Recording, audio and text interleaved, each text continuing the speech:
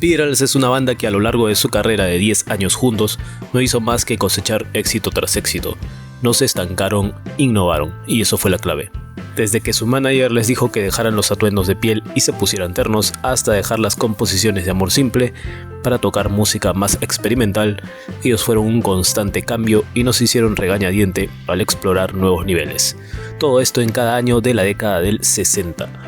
Pero ¿por qué se dice que en particular 1964 fue su año? Con estos eventos nos daremos cuenta que muchas cosas sucedieron hace 50 años y tal vez te convenzas que fue el mejor año para los de Liverpool.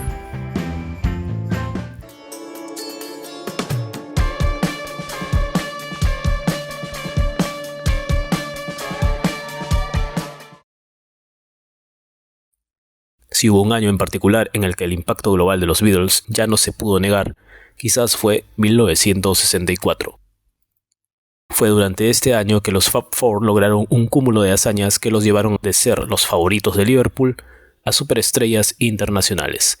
En febrero hicieron su primera visita a Estados Unidos, donde fueron recibidos por hordas de fanáticos que los adoraban. Con su aparición en The Ed Sullivan Show, el trato estaba sellado.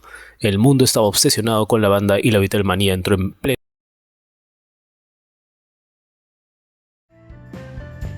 John Lennon dijo a Playboy en una entrevista grupal que la banda hizo con la revista en octubre de ese año: "No pensábamos que fuéramos a triunfar. Brian nos lo dijo todo. Brian Epstein, nuestro manager, y George Harrison". Y agregó: "El problema es que en Estados Unidos parecía ridículo. Quiero decir, la idea de tener un disco de éxito allí era algo que nunca se podría hacer.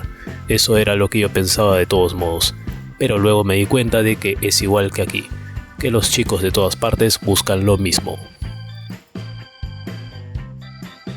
Y eso fue solo el principio. Durante el transcurso de 1964, la única competencia real de los Beatles por la cima de las listas de éxitos estadounidenses y británicas fueron más o menos ellos mismos. Se podrían escribir libros enteros sobre el año que tuvo la banda, pero a continuación estos son 27 de los momentos más interesantes recopilados por Ultimate Classic Rock.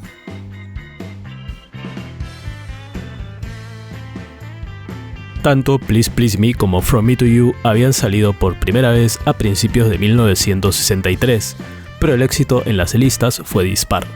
Se volvieron a publicar como sencillos el 3 de enero de 1964 y esta vez les fue mucho mejor. Please Please Me llegó al número 3 en Estados Unidos, mientras que From Me to You se quedó con el primer puesto en el Reino Unido.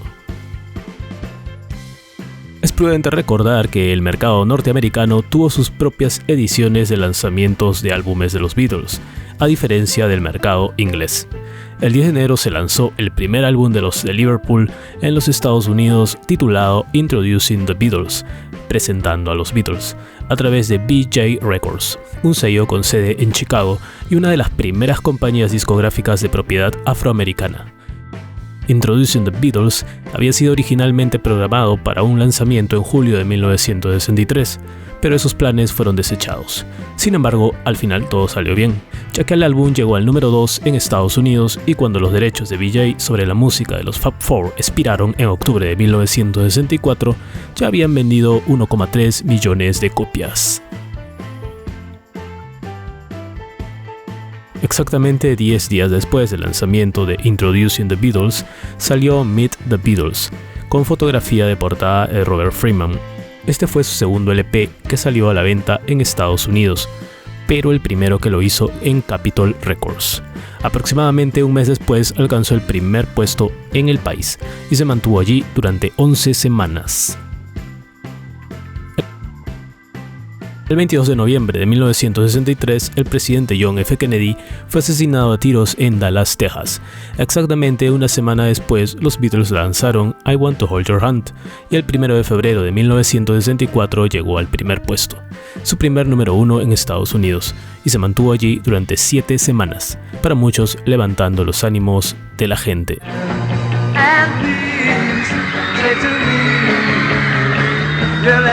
El 7 de febrero de 1964, los Fab Four aterrizaron en el aeropuerto John F. Kennedy de la ciudad de Nueva York, marcando su primera visita a Estados Unidos. Multitudes de fanáticos los recibieron allí y el mundo no sería el mismo a partir de ese momento. La Beatlemanía había comenzado oficialmente. Había periodistas en el avión, recordó más tarde Paul McCartney en Anthology, y el piloto había llamado antes y dijo: díganles a los chicos que hay una gran multitud esperándolos. Pensamos: wow, Dios, realmente lo hemos logrado.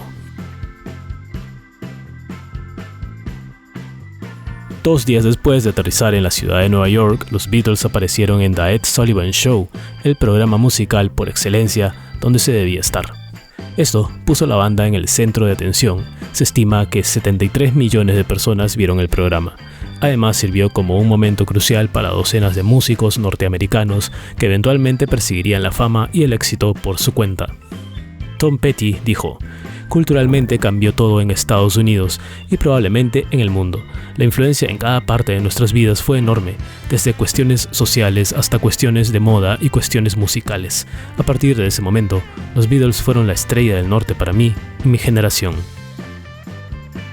2 días después de Ed Sullivan Show, los Beatles dieron su primera actuación en suelo estadounidense.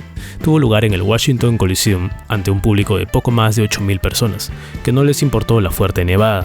No fue del todo fácil. La banda fue, en palabras de George Harrison, arrojada con gominolas durante el concierto, porque un periódico de Nueva York había informado de que les gustaban los dulces. El 12 de febrero tocaron en el prestigioso Carnegie Hall, donde interpretaron 2 sets de 34 minutos. Al igual que en DC, la logística del asunto fue algo complicado, y estaba abarrotado. Lennon dijo más tarde: la acústica era terrible y tenían a toda esa gente sentada en el escenario con nosotros, como los hijos de Rockefeller, detrás del escenario, y todo se salió de control. No era un espectáculo de rock, era simplemente una especie de circo donde estábamos en jaulas. Nos manoseaban, nos hablaban, nos saludaban y nos tocaban, detrás del escenario y en el escenario. Éramos como animales. En febrero de 1964, a los Beatles les dijeron que se reunirían con el entonces campeón mundial de peso pesado, Sonny Liston. Pero por una razón u otra, Liston se negó a reunirse con ellos y en su lugar, el 18 de febrero, se reunieron con el hombre que estaba programado para pelear con Liston por su título, Cassius Clay, quien luego sería conocido como Muhammad Ali. En el gimnasio Fifth Street de Miami, la banda se tomó fotos con Clay, quien terminó ganando el match del 25 de febrero contra Liston en una gran sorpresa. Dijo Ringo Starr: hice sparring con Cassius Clay, como lo llamaban entonces, le enseñé todo lo que sabía. Fue emocionante, por supuesto, y estaba apostando mi dinero por Liston, así que realmente sabía lo que estaba sucediendo.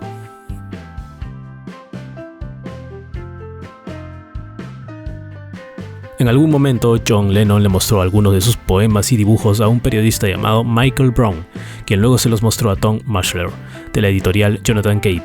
Lennon firmó un contrato con ellos en enero de 1964 y su primer libro, In His Own Right, salió a la venta el 23 de marzo. De naturaleza absurda, recibió elogios de la crítica en todo el mundo, algo que sorprendió al propio Lennon. La noche del 19 de marzo de 1964, los Beatles estaban en la Television Theatre de la BBC, donde pregrabaron su primera aparición en Top of the Pops. Normalmente el programa se transmitía desde estudios en Manchester, pero a los Beatles se les permitió pregrabar su episodio, que se emitió el 25 de marzo sin público. Hicieron playback de 2 canciones, Can't Buy Me Love y You Can't Do That. El famoso Museo de Cera Madame Tussauds fue fundado en 1835 y desde entonces ha estado fabricando figuras de celebridades. El 28 de marzo de 1964 se presentó una imagen de los Beatles, las primeras estrellas del pop que recibieron este honor del museo. Estas 4 esculturas fueron prestadas posteriormente para la sesión fotográfica de la portada del álbum de la banda Sgt. Pepper's Lonely Hearts Club Band. Love Me Do fue otra canción que se lanzó en el Reino Unido al principio de la carrera de los Beatles el 5 de octubre de 1962, para ser exactos, pero con todo el impulso que estaba teniendo lugar en Estados Unidos, Love Me Do, al igual que Please Please Me From Me To You, se lanzó nuevamente, esta vez en Estados Unidos el 27 de abril de 1964, y obtuvo el puesto número 1. Durante casi todo este tiempo, desde el 2 de marzo, los Beatles habían estado trabajando en su primera película, A Hard Day's Night, además del álbum del mismo nombre.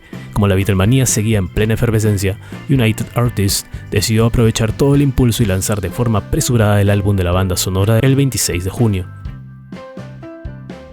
Se trataba de la versión estadounidense del álbum, que incluía las 7 canciones de la película, más I'll Cry Instead, y 4 versiones instrumentales orquestales arregladas por George Martin, I Should Have Known Better, And I Love Her, Ringo Starr, This Boy y A Hard Day's Night.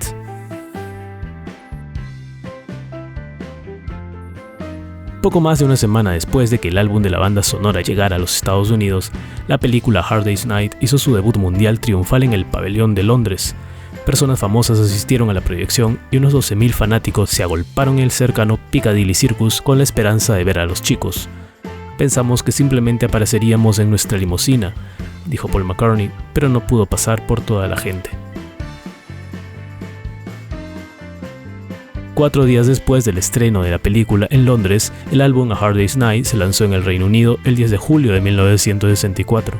También cabe destacar que ese día, la película A Hard Day's Night hizo su debut en la ciudad natal de la banda, Liverpool. El espectáculo fue grabado por George Martin, quien esperaba lanzarlo como un álbum en vivo. John Lennon dijo: "El Hollywood Bowl fue maravilloso. Creo que fue el que más disfrutamos todos, aunque no fue el evento con mayor público porque parecía muy importante y todos decían cosas.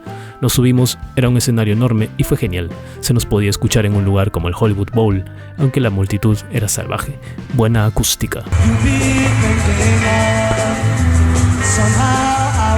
Hay varias versiones sobre lo que pasó exactamente entre los Beatles y Bob Dylan el 28 de agosto de 1964, en el Hotel del Mónaco de la ciudad de Nueva York. Dylan, quien entendió mal la letra de Want to Hold Your Hand de los Beatles, I Can Hide, no puedo esconderme, como I Get High, me coloco, mandó a buscar un poco de hierba que les presentó a los Beatles, algo mucho más fuerte que nunca antes habían probado. No recuerdo mucho de lo que hablamos, dijo Lennon. Estábamos fumando marihuana, bebiendo vino y en general siendo rockeros y riéndonos. Surrealistas. Era tiempo de fiesta. Algo importante que hay que saber sobre los Beatles es que no solo eran músicos talentosos, sino también empresarios pioneros.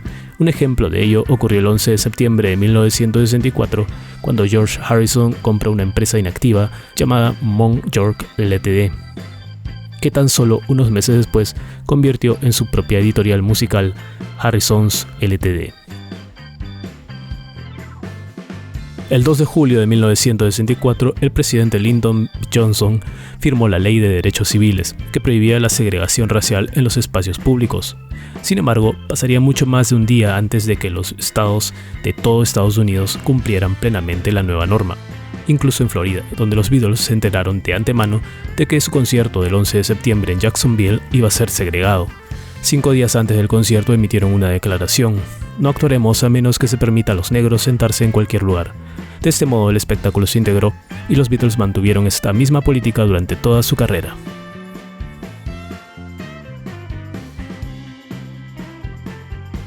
We played to people. That's what we did.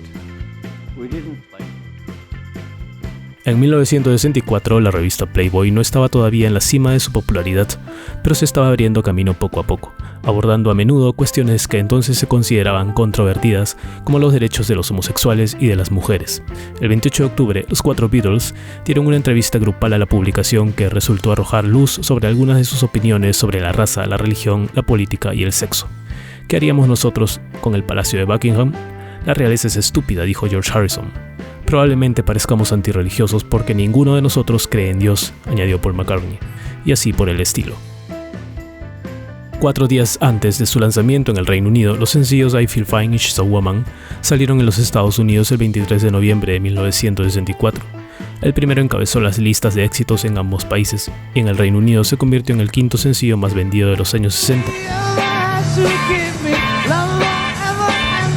Había sido un gran año para los Beatles en Estados Unidos, pero eso no significaba que Estados Unidos obtuviera todo lo bueno de inmediato. El 4 de diciembre, Beatles for Sale, su 4º álbum de estudio, se lanzó en el Reino Unido. Este álbum no estaría ampliamente disponible en los Estados Unidos hasta 1987, cuando todo el catálogo de los Beatles se estandarizó para su lanzamiento en CD.